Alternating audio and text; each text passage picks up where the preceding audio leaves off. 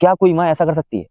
पशु पक्षी भी ऐसा नहीं करते। पूत कपूत सुने बहु तेरे, माता सुनी न को माता। जो एक ऐसी माँ जो अपने 4 साल के बच्चे को गला दबाकर मार देती है। तो जय श्री राम दोस्तों, जैसा कि आप देखते हैं कि मैं आपको लगातार साधु संतों की श्रद्धालु के दर्शन कराता हूँ, लेकिन दोस्तों आज एक ऐसी कहानी, एक ऐसा ही मुद्दा है जो रिश्तों को तार तार करने वाली है। कलयुग में बदलते रिश्तों की कहानी है।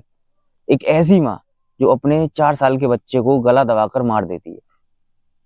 ये कलयुगी माँ कहें या फिर क्या कहें, कुछ पता नहीं। दोस्तों आपने कहावत सुनी होगी कि पूत कपूत सुने बहु तेरे, माता सुनी न को माता। जो एक माँ होती है, एक माँ शब्द ऐसा है जो बच्चे के लिए सब कुछ है। बच्चा और माँ दोनों का रिश्ता एक इतना अटूट होता है कि इस रिश्ते के आगे सारे रिश्ते फेल हो जाते हैं दोस्तों। चाहे वो जानवर हो, चाहे पक्षी हो, चाहे इंसान हो, अपने बच्चे को जो माँ होती है वो सबसे ज्यादा प्रेम करती है इस पूरी धरती पर। लेकिन दोस्तों आज की जो कहानी है वो एक ऐसी ही महिला, एक ऐसी ही माँ जिसके पास किसी भी चीज की कमी नहीं, ना धन, ना दौलत, ना शोहरत, ना समाज में प्रतिष्ठा की किसी भी चीज की कमी नहीं, लेकिन फिर भी उसने ऐसा कदम उठाया।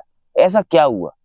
एक शिक्षित महिला, एआई स्टार्टअप कंपनी की फाउंडर सूचना सेठ, जिसकी शादी 2009 में होती है और वैवाहिक जीवन सही चल रहा होता है। 2019 में तकरीबन 10 साल बाद बच्चा होता है और जो वैवाहिक जीवन था उसमें थोड़ी दरार सी आने लगती है। इसके साथ साथ जो वैवाहिक जीवन होता है वो ठीक नहीं चल रहा होता है, तो कुछ समय बाद तलाक हो जाता है, पति पत्नी अलग रहने लगते हैं। लेकिन जो बच्चा था वो माँ के साथ रहने लगता है। दोस्तों बच्चा माँ के साथ रहता है और बच्चे को पिता से मिलने नहीं दिया जाता है। लेकिन दोस्तों उस बच्चे के पिता ने कानूनी लड़ाई लड़ी और उसका नतीजा ये निकला कि हफ्ते में एक दिन बच्चे को पिता से मिलने दिया जाए, कहा कोर्ट ने।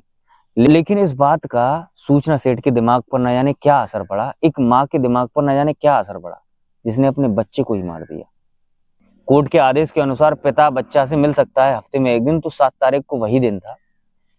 पिता अपने बच्चे से मिलता, उससे पहले ही सूचना सेठ अपने बच्चे को लेकर गोवा चली गई, जहां वो एक होटल में रुकती है और वहीं इस घटना को अंजाम देती है।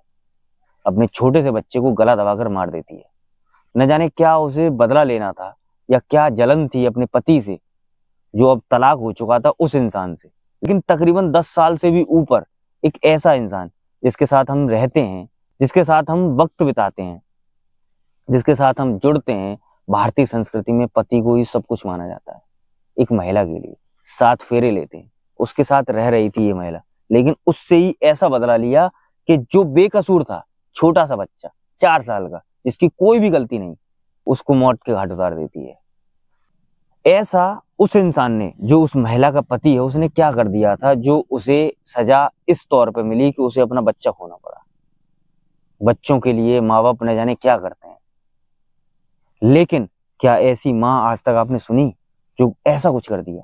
ये क्या होता जा रहा है हमारे समाज को?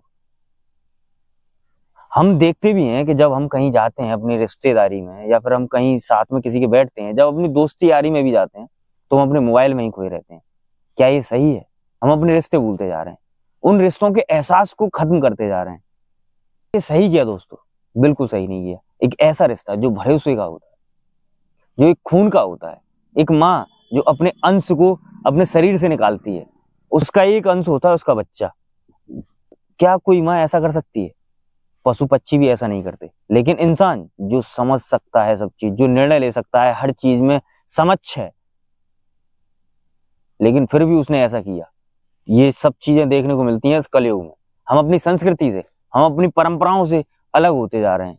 उसका परिणाम यही है, उसका परिणाम हम इतने भयावह रूप में देखते हैं। अगर इन सब चीजों से बचना है तो हमें अपनी संस्कृति से, हम अपने बुजुर्गों से, हमें अपने रिश्तों के एहसास से, सब चीजों से जुड़ना पड़ेगा।